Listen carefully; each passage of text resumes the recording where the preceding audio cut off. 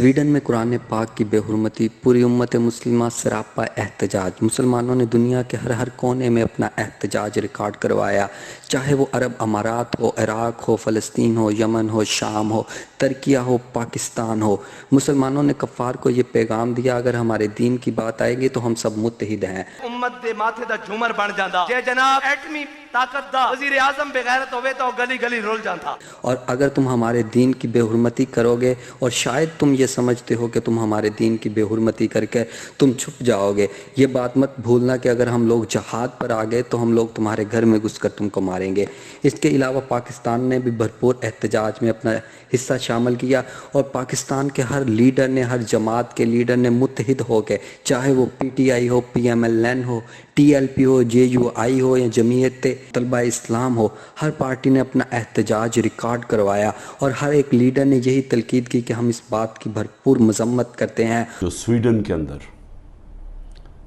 قرآن کی بے حرمتی کی گئی آزادی رائے کے نام کے اوپر، میں چاہتا ہوں کہ ایک زندہ قوم جو کہ اپنے دین سے پیار کرتی ہے اور جو اللہ کی کتاب، وہ ہمارے دلوں میں اس کی عزت ہے، اور اللہ کے جو ہمارے پیغمبر ہیں نبی صلی اللہ علیہ وسلم، ان کی عزت ہے، تو جب اس طرح کی چیز ہوتی ہے تو ہم ایک زندہ قوم کی طرح ایک پرامن طریقے سے ضرور بتائیں کہ ہمیں اس کی تکلیف ہوئی ہے۔ تو میں آپ سب کو کہتا ہوں، میں صرف تحریک انصاف کے لوگوں کو نہیں، قوم کو کہتا ہوں کہ جمعے کے بعد آپ نے سب نے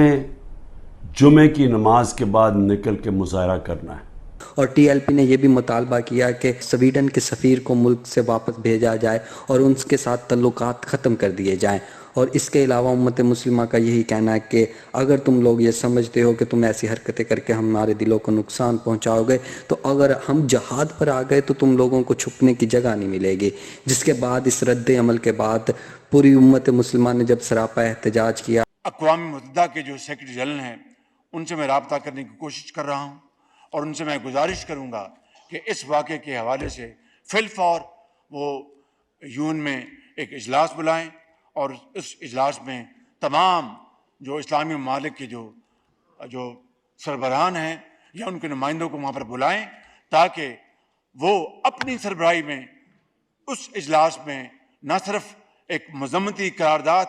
وہاں پر پاس کروائیں، بلکہ تنبیہ کریں آئندہ کے لیے ایسی حکومتوں کو اور ایسے لوگوں کو جو کہ آج یہ آگ بھڑکانے میں ایک کلیدی کردار ادا کر رہے ہیں۔ تو یورپی یونین کا بھی رد عمل آیا۔ ان کا کہنا ہے کہ یورپی یونین بالکل اس بات کی عکاسی نہیں کرتی، یہ یورپی یونین کا نظام نہیں ہے، یہ ایک ذاتی مفاد ہے، ذاتی عمل ہے۔ لیکن پھر بھی مسلمانوں نے اپنا احتجاج ریکارڈ کروایا، اور ان کو کہا کہ ایسے عمل کو روکا جائے اور امت مسلمہ کا امتحان مت لیا جائے۔ انشاءاللہ اتوار والے دن ظہر سے عصر تک پاکستان کی ہر بڑی شاہراہ پر لبیک والے بیٹھیں گے،